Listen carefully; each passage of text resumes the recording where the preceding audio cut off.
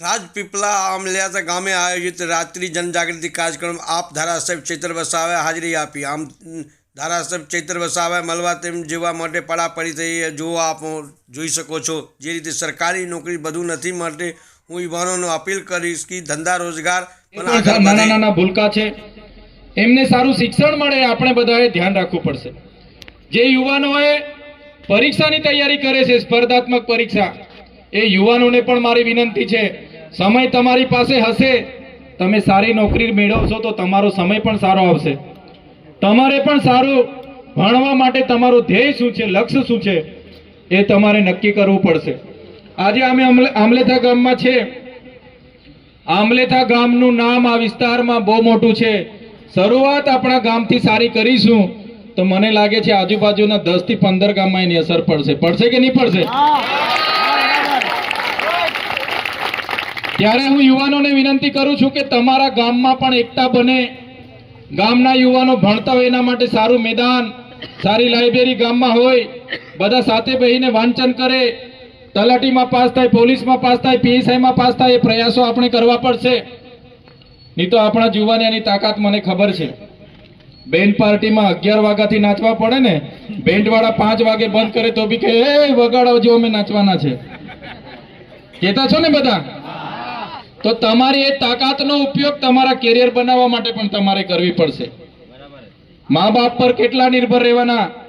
મા બાપ આજે સારા છે ત્યાં સુધી આપણે પણ સારા છે, પણ આવનારા દિવસોમાં મા બાપ તમારા પર નિર્ભર રહેવાના છે, એટલે તમારે પણ મજબૂત થવું પડશે।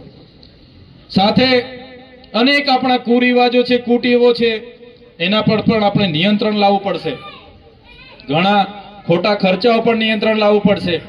સમસ્યાઓ તો આપણી પાસે પુષ્કળ છે। આપણા બાળકો હોશિયાર છે છતાં આપણા બાળકોને સારી કોલેજ, જે શિષ્યવૃત્તિ જેવી અનેક સમસ્યાઓ નથી મળતી, એના કારણે ઘણી બાળકો ભણી નથી શકતા।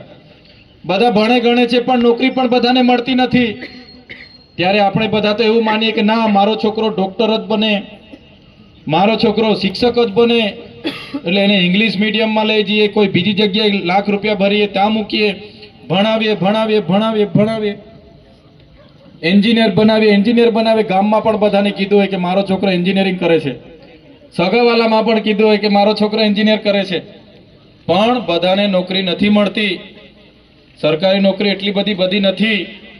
ત્યારે તે છોકરો ભણી ગણીને ઘરે આવે, નોકરી ના લાગે એટલે પેલા મહેમાન આવે એટલે માસી લોકો પૂછે, ફોઈ લોકો પૂછે કે આપણો છોકરો એન્જિનિયર કરતો તો કેમ લાગતો નથી? હજુ થાય છે કે નથી થતું?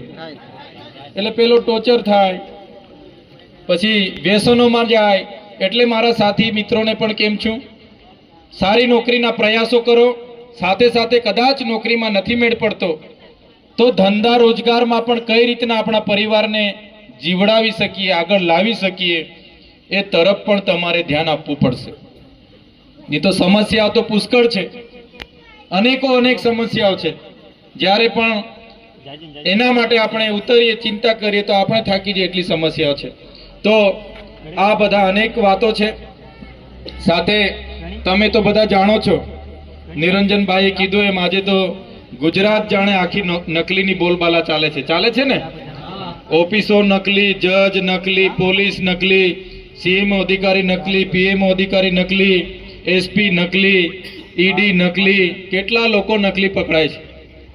ત્યારે એટલી બધી ભ્રષ્ટાચારની હદ છે કે આપણા વિસ્તારના છોકરાઓ પણ ભણી ગણે છે, બધું થાય છે, પણ લાગવગથી પૈસામાં આપણે પહોંચી નથી વળતા। ત્યારે અનેક ભરતીઓમાં પણ તલાટીથી લઈને, પટાવાળાથી લઈને, બીડગાર્ડથી લઈને બધા બહારના છોકરાઓ લાગવગ આપીને, પૈસા આપીને ઘણા પણ આવે છે। હું બધાની વાત નથી કરતો, પણ આપણા છોકરાઓ પૈસામાં પહોંચી નથી વળતા, ત્યારે ઘણી એમાં રહી જાય છે। ત્યારે સાથીઓ, વધારે સમય નહીં લઈએ, કદાચ કોઈએ ખાધું નહીં ખાધું, અને બહેનો તો 6-7 વાગ્યાના અહીંયા બેઠા છે, એટલે ઘણા લોકોએ તો કદાચ રોટલા કે રોટલી કે જમવાનું પણ બનાવ્યા વગર અહીંયા આવી ગયા હશે એવું લાગે છે ને? એવું આજે ઘરમાં ઝઘડો નહીં થાય એટલું જરા જોઈ લેજો, બરાબર છે? એટલે સાંભળવા આવ્યા છો એટલે થોડા સંદેશા, થોડા ઉપદેશો, થોડા સંકલ્પો અહીંથી લઈને જવા પડશે। ત્યારે હા હવે આપો વાલી ને તો કાસાઈ કે માં તો પછી આંબોડી ને ડોગરી ને બધી મિક્સ વધ જાય